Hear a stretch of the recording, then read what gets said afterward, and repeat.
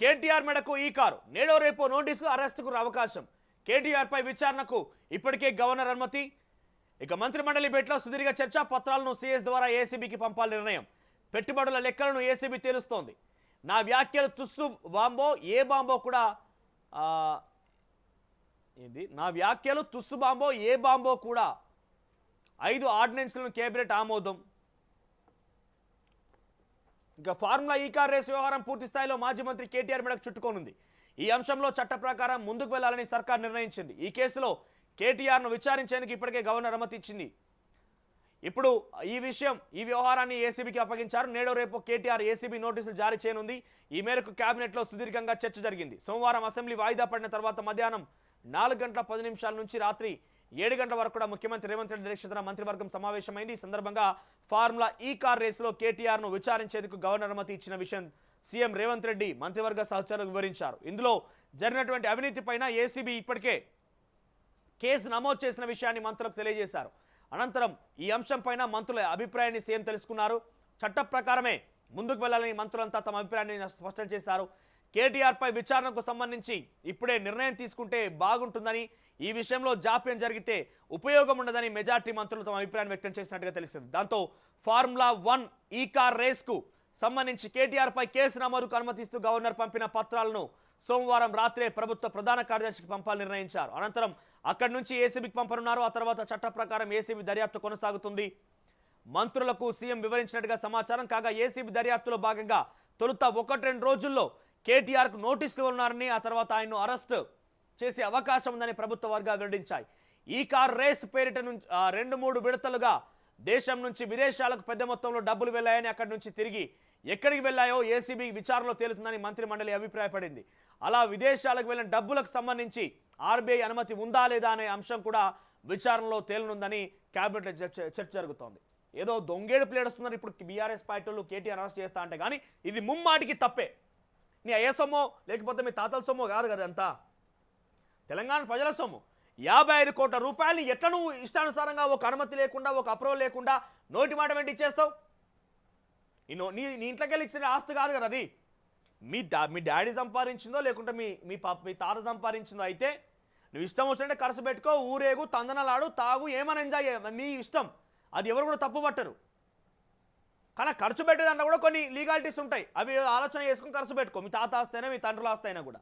కానీ తెలంగాణ ప్రజల ఆస్తి ఏదైతే ఉందో 55 కోట్ల రూపాయలు ఇష్టం వచ్చినట్టుగా కేవలం నోటి మాట నుంచే కేటీఆర్ ఇష్టం వచ్చినట్టుగా అటు ట్రాన్స్ఫర్ చేసినానంటే అవి ఎట్లా ట్రాన్స్ఫర్ అయినాయి? అటు విదేశాలకు పంపించేటువంటి ఆ డబ్బులు కాబట్టి ఆర్బీఐ గైడ్లైన్స్ ప్రకారంగానే ట్రాన్స్ఫర్ అయినాయా? ముఖ్యంగా ఆ కరెన్సీ ఏడికెళ్ళి వచ్చింది, నీకు ఫారెన్ కరెన్సీ ఏడికెళ్ళి వచ్చింది? ఇవన్నీ అంశాలు కదా. ఇప్పుడే దొంగడి ప్లేడిసి తెలంగాణ సమాజాన్ని కూడా మళ్ళీ ఏదో కాంగ్రెస్ పార్టీ రేవంత్ రెడ్డి ప్రభుత్వం కేటీఆర్ని ఇబ్బంది పెడుతున్న కలరింగ్ ఇచ్చే ప్రయత్నం రానున్న రోజుల్లో వీరు చేయబోతున్నారు. అరెస్ట్ తర్వాత ఏం చేస్తారు తెలుసా? వీళ్ళంతా కూడా మళ్ళీ ఏదో తెలంగాణ నినాదాన్ని మళ్ళీ రెచ్చగొడతారు. కేటీఆర్ గురించి ఏదో ఉన్నది లేనట్టుగా, లేని ఉన్నట్టుగా కలరింగ్ ఇచ్చేసి పెద్ద హోర్డింగ్లు పెడతారు. రోజుకోసారి ములాఖాతను కలుస్తారు. ఆ తర్వాత ఇంకోటి డ్రామాలు బాగుండబోతున్నాయి. ఈ డ్రామాలన్నీ బాగా ఉండబోతున్నాయి కేటీఆర్ అరెస్ట్ తర్వాత. ఇవన్నీ తెలంగాణ సమాజం గుర్తుపెట్టుకోవాల్సిన అంశం ఏంటంటే, తప్పు చేస్తే నువ్వైనా నేనే ఒకటే. తప్పు చేస్తే రేవంత్ రెడ్డి అయినా, తెలంగాణలో ఒక మారుమూల ప్రాంతంలో ఉన్నటువంటి ఒక యువకుడైనా, ఎవరైనా ఒకటే. తప్పే అది.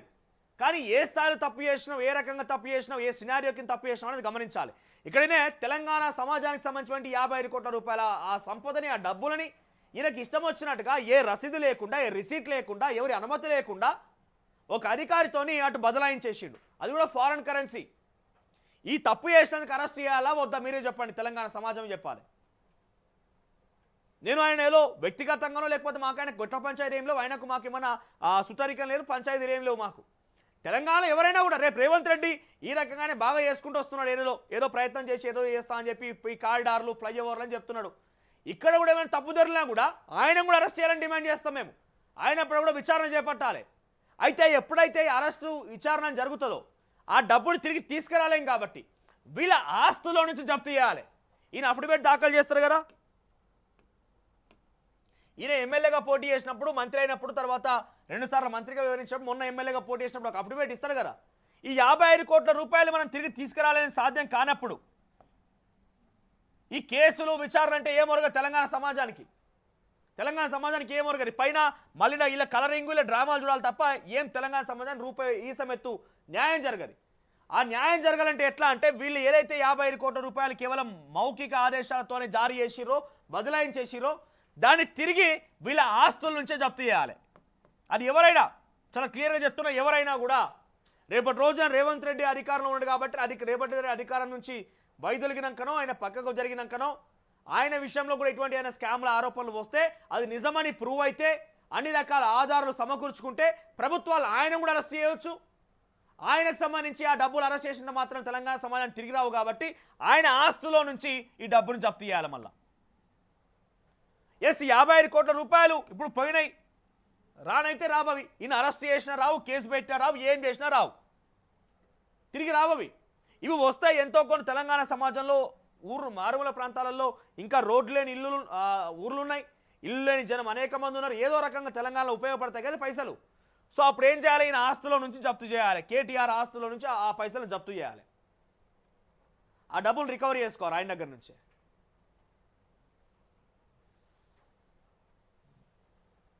సో అది కనుక జరగకపోతే తెలంగాణ సమాజంలో ఆయన అరెస్ట్ చేసినా ఏం ఉపయోగం ఉండదు, ఆయన తీసుకుపోయి జైలు వేసినా ఏం ఉపయోగం ఉండదు, ఆయన కంప్లీట్గా 14 ఏళ్ళు యావజ్జీవ కారాగార శిక్ష చేసిన తెలంగాణ సమాజానికి ఏం ఉపయోగం ఉండదు. కానీ పైపెచ్చి వీళ్ళ కలరింగ్ చూడలేక చచ్చిపోవాలి, ఇక వీళ్ళ డ్రామాలు చూడలేక చచ్చిపోవాలి జనం.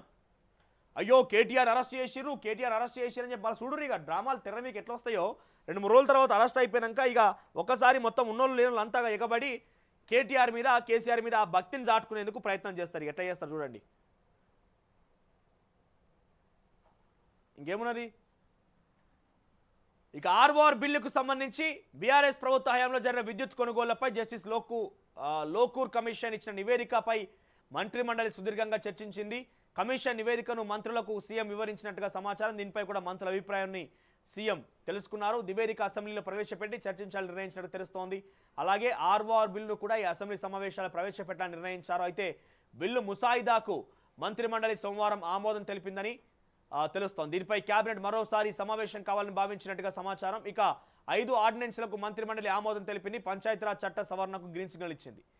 ఇక 50 కోట్ల 700 కోట్ల అనేది ఏసీబీ తెలుస్తుందని మంత్రి పొంగులేటి అన్నారు. ఈ కార్ రేసు విషయంలో చట్ట ప్రకారం ముందుకు వెళ్ళాలని మంత్రిమండలి నిర్ణయించింది. మంత్రి పొంగులేటి శ్రీనివాసరెడ్డి తెలిపారు. దీనికి సంబంధించిన పెట్టుబడుల లెక్కలను ఏసీబీ తెలుస్తుందని, అవి 50 కోట్ల లేక 700 కోట్ల అనేది ఏసీబీ విచారణలో తేలుతుందని వ్యాఖ్యానించారు. మంత్రిమండలి సమావేశం తర్వాత ఆయన మీడియాతో ఇష్టాగోష్ఠిగా మాట్లాడారు. ఈ కార్ ఫార్ములా రేస్ పేరుతో బీఆర్ఎస్ ప్రభుత్వం దోపిడీకి పాల్పడిందని ఆరోపించారు. ఈ విషయంలో కేటీఆర్ అరెస్ట్ అవుతారో లేదో తనకు తెలియదని, చట్టం తన పని తాను చేస్తుందని వ్యాఖ్యానించారు. తన వ్యాఖ్యలు తుస్సు బాంబో ఏ బాంబో త్వరలో తేలుతుందన్నారు. అరెస్టు భయంతో కేటీఆర్ రాత్రికి రాత్రి ఢిల్లీకి ఎందుకు పరుగులు పెట్టారో, అక్కడి ఎవరిని కలిశారో చెప్పాలని ప్రశ్నించారు. అరెస్టు భయంతో ఇంటి దగ్గర కాపలా పెట్టుకున్నారని ఎద్దేవా చేశారు. కేటీఆర్ను అరెస్ట్ చేస్తే రాష్ట్రం అగ్నిగుండంగా మారుతుందని మాట్లాడడం బీఆర్ఎస్ నేతల అహంకారానికి నిదర్శనమన్నారు.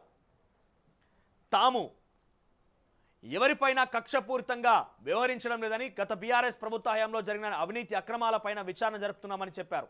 బీఆర్ఎస్ మళ్ళీ అధికారంలోకి రావడం కలగా మిగులుతుందన్నారు. శాసనసభలో బీఆర్ఎస్ ఎమ్మెల్యేలు వ్యవహరించిన తీరు గుండాలను తలపించిందని, మాట్లాడేందుకు అంశాలు లేకనే ప్లకార్డులు పట్టి నినాదాలతో పదే ఆటంకం కలిగించారని మండిపడ్డారు. ఇది పొంగులేటికి సంబంధించిన వార్త. సో పొంగులేటి ఏమంటున్నారంటే కేటీఆర్ అరెస్ట్ అవుతారా కాదనేది నేను బాంబో తుస్సు బాంబో ఏం బాంబో అనేది త్వరలో తేలుతుందని చెప్పి ఆయన మాట్లాడుకొస్తున్నాడు.